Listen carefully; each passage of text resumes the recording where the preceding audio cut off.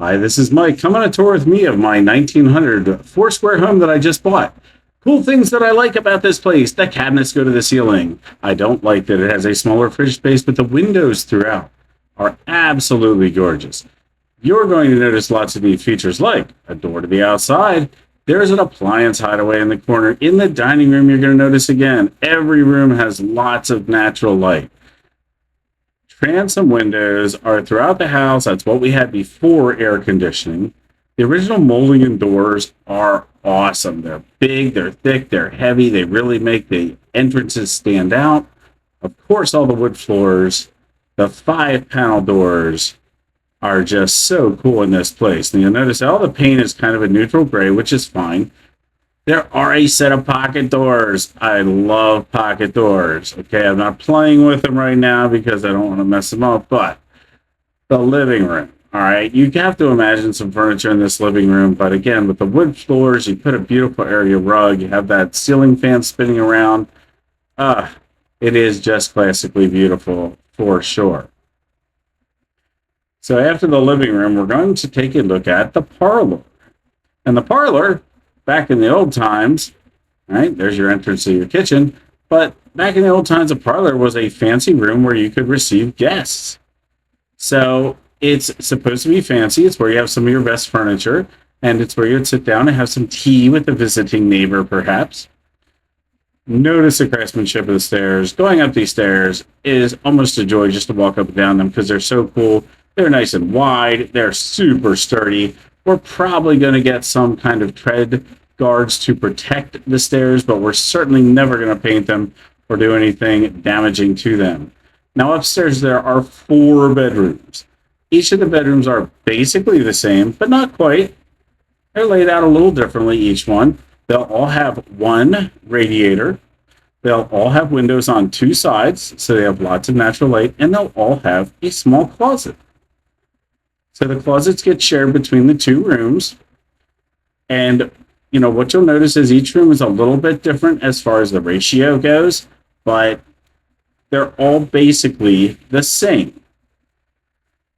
Again, notice the moldings, notice the floor. It's so cool. And of course, the transom windows. Now in this closet, I found something interesting, and I think I know what it is. So this clothesline pole goes over to a piece of wood. I believe on the other side of that wood is an oval window that you can see from outside of the house, because this closet would be right in the center of the 2nd floor. And you can see a little pinpoint of light coming through there. All right. Here, I'm taking note of the transom windows and the fact that the hardware to open and close the windows is still there. So if they haven't been painted shut, we're going to be using those. This is it. This is the only bathroom in the house. So you have a rather small tub. It's still a tub. It works. Rod for a shower curtain, little sink.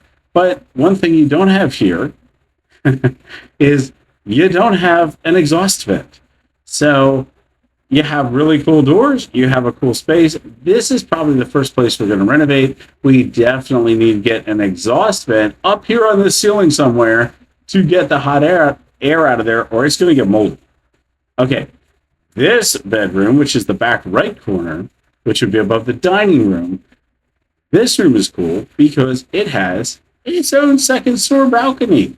So again, small closet, 4 walls, light on 2 of the walls, and here we've got our 2nd story balcony. So what a cool place to go out and read or have a cup of tea or some coffee, or perhaps recite some Shakespeare. Why not? You can see the path that comes back up to the house from the garage. Okay, so I would probably consider this the primary bedroom, only because it has that deck out back, which I think is a cool feature. This, I believe, is the largest of the 4 bedrooms. It also has the entrance to the attic. But again, you see the same thing. It's 4 walls. 2 of the walls have light. It's got the 5-panel shaker door. Now, this room also has the entrance to the 3rd floor. The 3rd floor is pretty cool. Here you see a little example of your lath and plaster walls, which is what all the walls are in the house.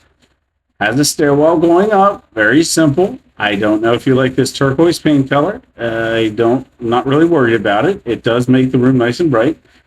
And it is missing a board, as you saw. But in this room, there are spaces that have been walled off to make the room have some, rectangular shape. But they built these little custom doors into each one of these spaces so you can use them for storage. Now, this one has a little kid's toy kitchen oven in there, which is kind of interesting. One of them has a box spring, one has some air conditioners, but they're all really neat. You might also notice the wood on the corners has a really neat feature. Here you can see out one of our neighbors' houses. That house, unfortunately, took a lot of water damage, and hopefully somebody bought that and is going to fix that up. But here we see, we've got modern replacement windows. It would be nice to be able to make them look a little bit more original, but, for now, they're efficient. They'll do the job. I have no idea what that thing is. All right. Could have been an old TV antenna. I don't know. Could have been some kind of water pipe or lightning rod. But that's it. That's it for up here in the attic. So the attic could end up being a really, really cool room. Just noticing the tongue and groove flooring. If you try to do all that today, it would be very expensive. It would still look cool, but it would be very expensive. So we're coming to the end of the tour, and I thank you. My name has been Mike Burbeck, and please leave a comment. What do you like best about an old house? Thanks a lot. Bye.